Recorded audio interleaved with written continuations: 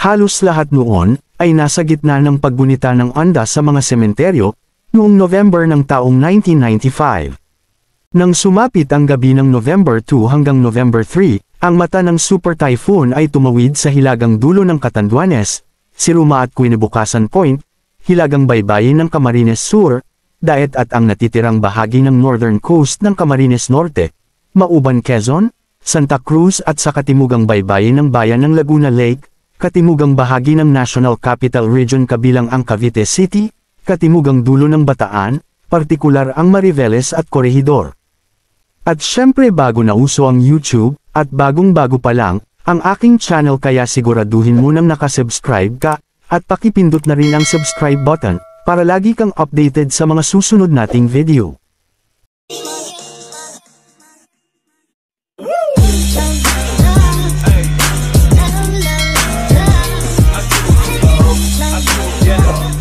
Super Bagyong Rosing tuluyang winasak ang buong Visayas.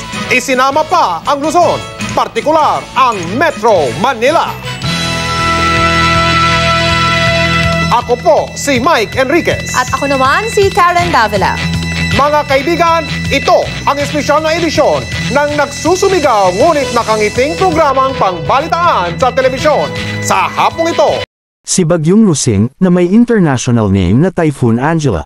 Kilala ito bilang isa sa pinakamalupit na bagyong tumama sa bansa sa mga nakaraang dekada, na nagdulot ng matinding pinsala sa mga lugar sa Luzon at Visayas. Noong October 25, 1995 ay namatyagan ito sa gitnang karagatan ng Pasipiko bilang low-pressure area, binagtas nito ang mga isla ng Marshall, patungong kanluran na may kabagalan noong October 26, ito ay naging typhoon category mula October 31 hanggang November 1, at nagtatala ng lakas na aabot sa 180 miles per hour o miles per hour Mach hanggang 290 meters per hour, ito ay ayon sa Japan Meteorological Agency. Ito ay nananatiling pinakamalakas na tropical cyclone na tumama sa Metro Manila, mula noong Super Typhoon Sineng, na may international name na Joan noong 1970. Namataan ang hanging aabot sa 260 kilometers per hour sa Catanduanes, kaya ito ang bagyong may ikatlong pinakamataas na bilis ng hangin na naitala sa Pilipinas. Nagdulot si Rosing ng higit sa 900 namatay at karagdagang 100 ang naiulat na nawawala. Nagdulot din ito ng humigit kumulang 10 bilyong peso na malaking pinsala. Ang pinakamahirap na tinamaan ay kinabibilangan ng Bicol Region, Calabarzon, at Metro Manila. Karamihan din sa dinaanan ng bagyo ay nawala ng daloy ng kuryente. Nagdulot din ang Bagyong Rosing ng pag-aalis ng maraming pamilya mula sa kanilang mga tahanan. Bukod sa malalakas na hangin at ulan, ang bagyo ay nagdulot din ng matinding pinsala sa agrikultura at infrastruktura. Ang epekto ng Bagyong Rosing ay malalim at tumagal ng ilang buwan, habang ang mga lokal na autoridad at mga organisasyon ay nagsanib puwersa upang magbigay ng tulong at magbangon mula sa mga pinsala. mga kaibigan, nakatutok po ang lahat ng ahensya ng pamahalaan, ang pribadong sektor at marami pang non-government organizations o NGO sa pananalantang ito ng bagyong si Rosing. Samantala, nagalit naman ang Pangulong Fidel Ramos sa mga lokal na opisyal na hindi nag-iikot sa kanilang lokalidad sa gitna ng kasagsagan ni Super Typhoon Rosing. Sa kanyang pagbisita sa National Disaster Coordinating Council, sinermonan ng Pangulo ang isang alkalde sa Metro Manila na nanghihingi ng calamity fund. Kasabay nito, nanawagan ang Pangulo sa sambayanang Pilipino na magkaisa sa kabila ng malagim na bagyo na nanalaras sa bansa.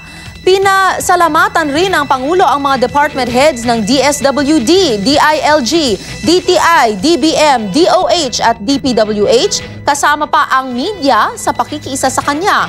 Hinimok rin ng Pangulo ang mga mamamayan na makinig ng radyo sa DZWB ang dapat para sa pinakahuling anunsyo patungkol sa pasok sa klase at sa mga tanggapan ng gobyerno. Samantala, niliwanag rin po ng Pangulo na walang ipinairal na price control sapagkat meron namang price tag law. Nasa ilalim na po ngayon ng state of calamity ang buong Luzon at Visayas. Ayon kay NDCC Chairman at Defense Secretary Renato De Villa, lahat ng lalawigan, syudad at munisipalidad sa Luzon at Visayas ay nasa estado ng kalamidad. Inihayag naman ni De Villa na wala pang idinideklarang price control. So bakit nanawagan siya sa mga negosyante na huwag magsasamantala? Maraming salamat sa muling panunood, hanggang sa dulo ng aking video.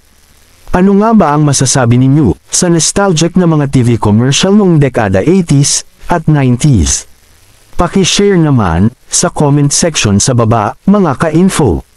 Paki-click na din ang subscribe button at paki-pindot na din ang notification bell kung nagustuhan nyo ang ating content.